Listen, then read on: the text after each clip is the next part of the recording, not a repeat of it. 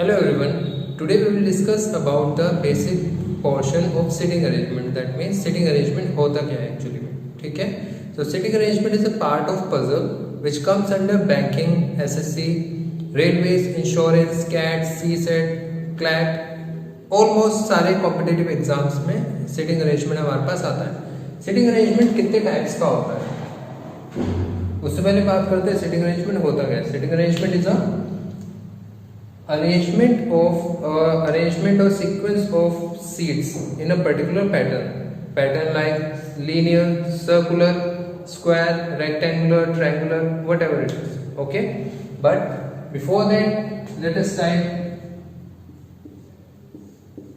find out the types of seating arrangement.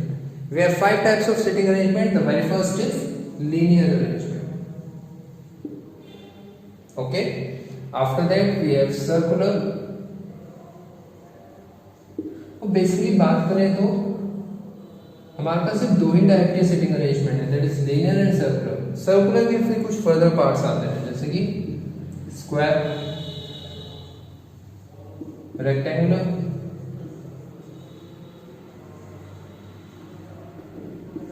And the last one is triangle.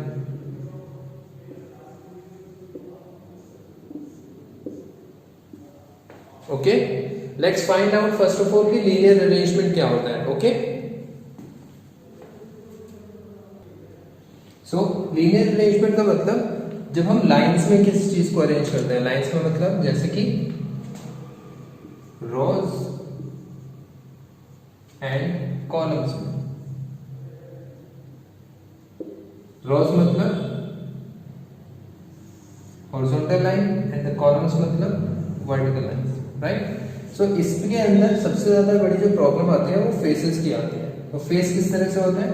रो के अंदर जो face होता है आइदर फेसिंग नॉर्थ होता है और it is facing south, simple. And columns के अंदर आइदर फेसिंग ईस्ट और is facing west, simple. Problem face की भी नहीं आती, प्रॉब्लम आती है साइड्स की. And how many sides do we have? We have all 2 sides. The first is left and the second one is right. Clear? तो जब रोज की बात आती है तो रोज में अगर नॉर्थ में फेस है so this one is right, south में फेस है तो this one is right. That means the next one is left and this is left. इसको याद नहीं करना, इसे सिंपल तरीके से हम समझते हैं. हम किसी भी डायरेक्शन में फेस कर रहे हो, अगर वो राइट साइड शिफ्ट होने की बात कर रहे हैं, राइट साइड मूव करने की बात कर रहे हैं तो आप उसे क्लॉकवाइज घुमा रहे हैं. अगर नॉर्थ में है तो क्लॉकवाइज, साउथ में है तो clockwise, just like this. And here again east में है तो क्लॉकवाइज राइट एंड वेस्ट में है तो clockwise right. Similarly the left is always anti clockwise. That means linear arrangement में जो हमारा लेफ्ट होता है ये हमेशा एंटी क्लॉकवाइज चलता है. सिमिलरली जो हमारा राइट होता है वो clockwise. Okay class, note it down fast. So let's find out what is circular arrangement. Circular arrangement का मतलब जब सर्कल के चारों, एक वृत्त के चारों ओर कुछ लोगों को बिठाया जाए. Okay, round the table. It's a circle. तो राउंड द टेबल हमारे पास दो कंडीशन आती है, आइदर फेसिंग द सेंटर और facing opposite to centre. Difference, either facing centre और opposite to centre. But there is a problem in direction. How? Facing towards center, this is our left and this is our right, simple. And facing opposite to center, this is again left and this is right. तो difference क्या है? difference आया इनकी direction का. देखो, जब हम centre की तरफ फेस करेंगे तो हमारा लेफ्ट जो है, क्योंकि हमें सर्कल के चारों ओर घूमना है, तो लेफ्ट हमारा ऐसे चलेगा. And which direction is this? This is clockwise. That means facing center, left is always clockwise. And facing opposite to centre, क्योंकि मुझे सर्कल के चारों ओर ही घूमना है तो अब मेरा लेफ्ट चलेगा ऐसे. And this direction is known as anti clockwise direction. Clear है क्लास? दैट मींस जो हमारा राइट होता है वो अपोजिट टू सेंटर क्लॉकवाइज चलता है और facing toward centre the right is anti clockwise. Simple है class, note it down fast.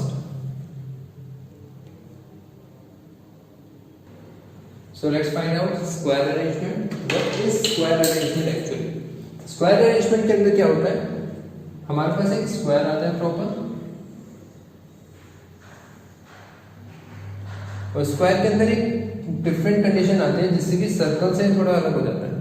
Circle में क्या कंडीशन आती है, basically either all the person are facing centre और all the person are facing opposite to centre और some of them are facing centre, some of them are opposite to centre. But square की condition अलग होती है थोड़ी, और एक question में मेंशन होता है either the person sitting in the middle of the row facing centre, right, and if they are facing towards the center the corner one will face opposite to center and vice versa। ये condition question में given होती है तभी हम इसको apply करेंगे, otherwise जो उसमें मेंशन होगा हम उसके अकॉर्डिंग क्वेश्चन सॉल्व करते हैं, ठीक है। फेसिंग सेंटर, और if the person sitting in the middle of the row facing opposite to center then the corner one will be facing center, okay। and directions हमें पता ही है, if a person is facing center then this one is left and this one is right, clear। and if a person is facing opposite to center again this is left and this is right, but the direction will be changed as same as in circular arrangement। तो circular arrangement हो या square arrangement हो, if facing center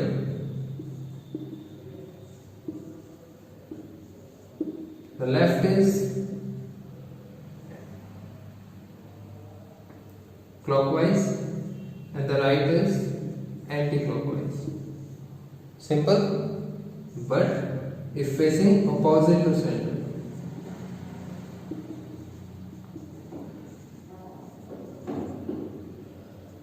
the left will be anti-clockwise and the right will be clockwise। हमेशा इस points को याद रखना, आपका क्वेश्चन कभी गलत नहीं होगा, क्लियर है।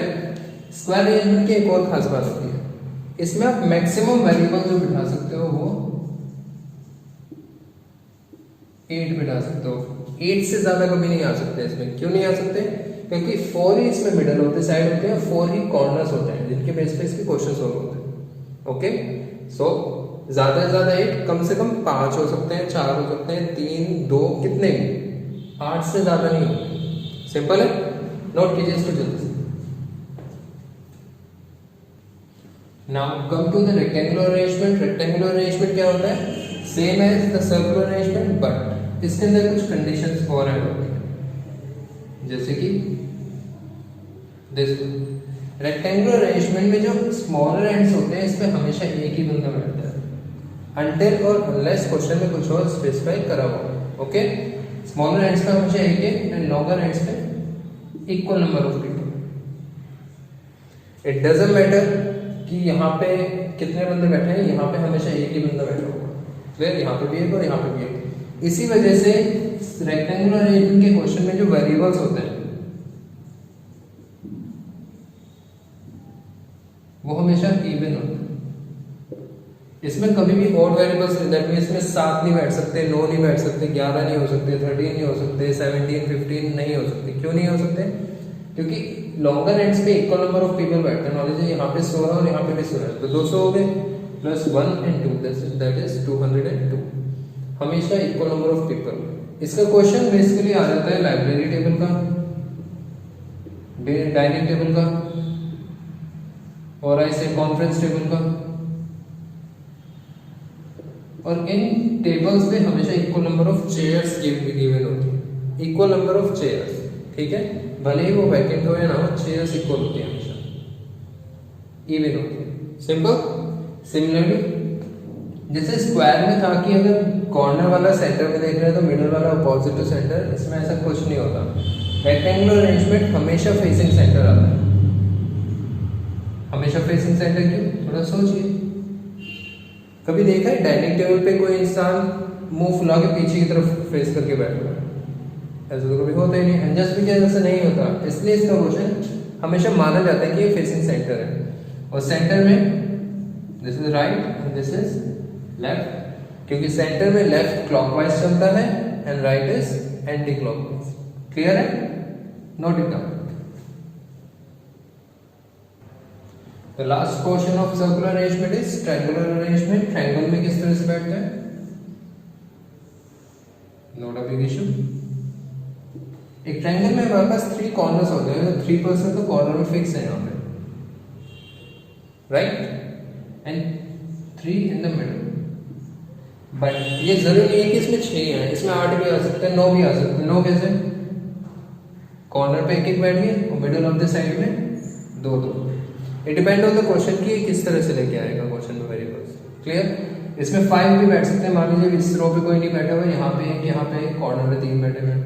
ओके, लेकिन इसकी कंडीशन हमेशा फेसिंग सेंटर आती है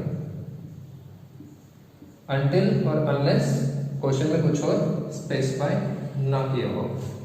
एंड सेंटर में हमें पता है this one is left and this one is right. Facing centre the left is always clockwise and the right is always anti clockwise. Okay, इसमें ऐसी कोई कंडीशन फिक्स नहीं है कि इसमें इवन वेरिएबल आएंगे या ऑड वेरिएबल आएंगे या मैक्सिमम नंबर ऑफ पर्सन इतने आ सकते हैं। नो बाउंडेशन।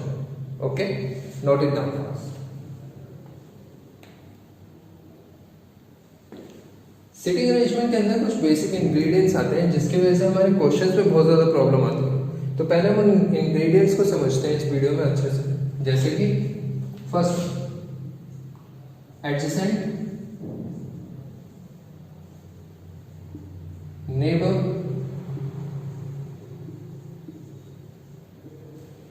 नेक्स्ट।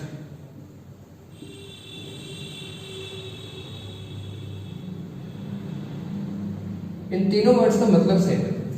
एडजेसेंट मतलब साथ वाला, नेबर मतलब पड़ोसी, नेक्स्ट मतलब अगला या पिछला। क्लियर? तीनों का मतलब सेम, बट ये कभी भी आपकी डायरेक्शन फिक्स नहीं कर सकते। Why not? देखिए, if I say that for an example A sits next to B।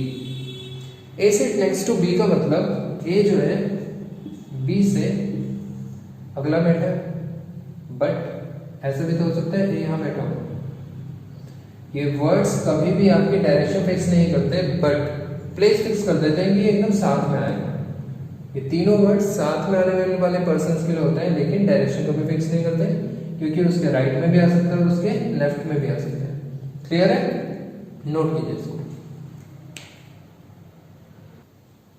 The second ingredient is conjunctions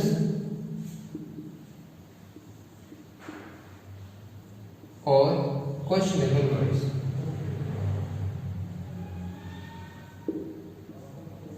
Use of conjunctions and questionable words. Conjunctions like and, but, while, और questionable words like who, whom, whose.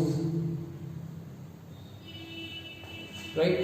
हमारे sentences के बीच में ये words आते हैं हमारे sentences को जोड़ते हुए। जैसे कि if I say that A sits second to the right of B, who sits fourth to the left of C। तो याद रखिएगा, अगर सेंटेंस के बीच में कोई क्वेश्चनेबल वर्ड आए तो एक क्वेश्चनेबल वर्ड हमेशा सेकंड पर्सन को डिनोट करता है, जो आपके सेंटेंस में सेकंड पर्सन है। बट अगर कंजंक्शन आ जाए तो हमेशा फर्स्ट पर्सन को डिनोट करता है। इस सेंटेंस में सेकंड पर्सन कौन है? बी। दैट मींस हु किसको इंडिकेट कर रहा है? बी को। तो अगर मैं इसको ड्रॉ करना चाहूँ लीनियर अरेंजमेंट में तो कैसे करूंगा? A sits second to the right of B. If B is here, तो इसका राइट किधर होगा? जनरल सेंस में राइट कैसे लेते हैं? Same, facing north. इसका राइट किधर हुआ? 1 and 2. A is here. Sentence again repeat करते हैं। A sits second to the right of B. 1 2. Who किसके लिए है? B के लिए। That means अब B की बात हो रही है। B sits fourth to the right left of C. B जो है C के लेफ्ट में फोर्थ प्लेस पे है। That means C जो है B के राइट में होगा। अगर मैं किसी के लेफ्ट में हूं तो वो मेरे राइट में होगा। Simple. Similarly B sits fourth to the left of C. B C के लेफ्ट में है तो C को B के राइट में रखना होगा। कितने places? 4 places. 1 2 3 and 4. C is here. But अगर यहाँ में who की जगह एंड यूज कर देता हूँ तो ये एंड रिप्रेजेंट करता ए को। समझ में आया? सेंटेंस को जोड़ने के लिए मैंने यहाँ पे क्वेश्चन पे वर्ड की जगह कंजंक्शन यूज कर देगा, right? And, but, while, whatever जो सा भी आता है तो ये वर्ड हमेशा फर्स्ट पर्सन को इंडिकेट करता है। दैट मीन्स अब सेंटेंस चेंज हो गया यहाँ पे। A sits second to the right of B, if B is here तो इसका second to the right 1 2, A is here, simple. Now अब यहाँ पे हो की जगह एंड आया, एंड रिप्रेजेंट करेगा ए को क्योंकि फर्स्ट पर्सन को करता है। सो यहाँ पे हम ए की बात करेंगे। A sits 4 to the left of C, that means अगर ए लेफ्ट में है सी के तो सी ए के राइट में होगा। कितना place? 4 place, 1 2 3 and 4, C will be here. इन दोनों डायग्राम में सिर्फ इतना सा डिफरेंस है क्योंकि फर्स्ट में हु सेकंड पर्सन के लिए आया, सेकंड में एंड फर्स्ट पर्सन के लिए आया। क्लियर? नोट कीजिए। The last portion of the last basic ingredient of sitting arrangement is use of between or exactly between। use of the word between or ऐसे the exactly between the sentence। देखो between का मतलब होता है अगर दो variable के बीच में between लिखा हुआ है तो उनके बीच में इवन प्लेसेस और ऑड प्लेसेस दोनों आ सकते हैं। बट अगर एग्जैक्टली बिटवीन लिखा हो तो उनके बीच में सिर्फ और सिर्फ ऑड प्लेसेस आएंगे। इस पॉइंट से हमारी पॉसिबिलिटीज बहुत सारी कैंसिल होती है। पॉसिबिलिटी डायग्राम्स हमारे पास आएंगे तो हम पॉसिबिलिटीज को कैंसिल कर सकते हैं। कैसे? देखिए, हम पहले इसको समझते हैं। If I say that A sits between B and C, A sits between B and C। between का मतलब अगर मैं B और C के बीच में एक प्लेस रखूं तो A यहाँ आ गया, राइट? अगर मैं B और C के बीच में दो प्लेस रख दूं तो A यहाँ भी आ सकता है और यहाँ भी। between का मतलब बीच में कहीं भी। मैं इनके बीच में 3 प्लेस रख दूं तो 1 2 3, A यहाँ भी आ सकता है, यहाँ भी आ सकता है और यहाँ भी आ सकता है। इट डजंट मैटर कि वो कहाँ बैठेगा, बीच में आएगा कहीं भी। बट अगर ये यहाँ पे लिख देता A sits exactly between B and C, यहाँ स्टेटमेंट में चेंज आ गया। एग्जैक्टली बिटवीन मतलब दोनों के एकदम बीच में। एकदम बीच का मतलब अगर इनके बीच में एक प्लेस हो तो ए यहाँ आएगा, राइट? अगर इनके बीच में दो प्लेस हो तो 1 2, दिस इज सी। थोड़ा ध्यान से समझना। अगर मैं ए को यहाँ रखूँ तो यहाँ एक 0 का गैप और यहाँ पे 1 का गैप आ गया। और एग्जैक्टली का मतलब होता है दोनों साइड से इक्वल गैप, नॉट पॉसिबल। और अगर मैं ए को यहाँ रख दूँ तो यहाँ पे 1 का गैप और यहाँ पे 0 का गैप और यहाँ पे 1 का गैप। क्लियर है? मैं यहाँ पे बिठा सकता। क्यों नहीं बिठा सकता? क्योंकि वो दोनों साइड से इक्वल डिस्टेंस पे होना चाहिए। और ऐसा तभी हो सकता है जब उन दोनों के बीच में ऑड प्लेसेस गिवन हो, 1 2 3 and this is C, A will be here. Why so? यहाँ से भी 1 का गैप और यहाँ से भी 1 का गैप। क्लियर? सो याद रखिएगा अगर वेरिएबल्स के बीच में एग्जैक्टली बिटवीन लिखा हुआ है तो एग्जैक्टली बिटवीन का मतलब उन वेरिएबल्स के बीच में हमेशा ऑड प्लेसेस आएंगे, सिर्फ ऑड प्लेसेस। और अगर ओनली बिटवीन लिखा हुआ है तो उनके बीच में इवन प्लेस भी आ सकते हैं और ऑड प्लेस भी आ सकते हैं। Any doubt? Note it down fast. So this is the last of this video। आज के वीडियो में हमने सिर्फ बेसिक पोर्शन पर पढ़ा है सिटिंग अरेंजमेंट का। सिटिंग अरेंजमेंट होता क्या है एंड कितने टाइप्स होते हैं इसके बेसिक इंग्रेडिएंट्स क्या क्या होते हैं। नेक्स्ट वीडियो से हम स्टार्ट करेंगे सर्कुलर अरेंजमेंट और linear arrangement, what ever which ever. Okay, हम जो सा भी टॉपिक स्टार्ट करेंगे उसके पूरे पोर्शन को पहले कंप्लीट करेंगे एंड फिर आगे बढ़ेंगे। टिल देन एक चीज़ याद रखिएगा, आप इस वीडियो को जितना शेयर कर सकते हैं उतने ज़्यादा से ज़्यादा शेयर कीजिए, लाइक कीजिए, सब्सक्राइब करवाइए जितने ज़्यादा करवा सकते हैं। इससे क्या होगा, ज़्यादा से ज़्यादा बच्चों को इस वीडियो का इम्पोर्टेंस पता चलेगी। Clear? Till the next video, have a wonderful day to all of you and bye bye.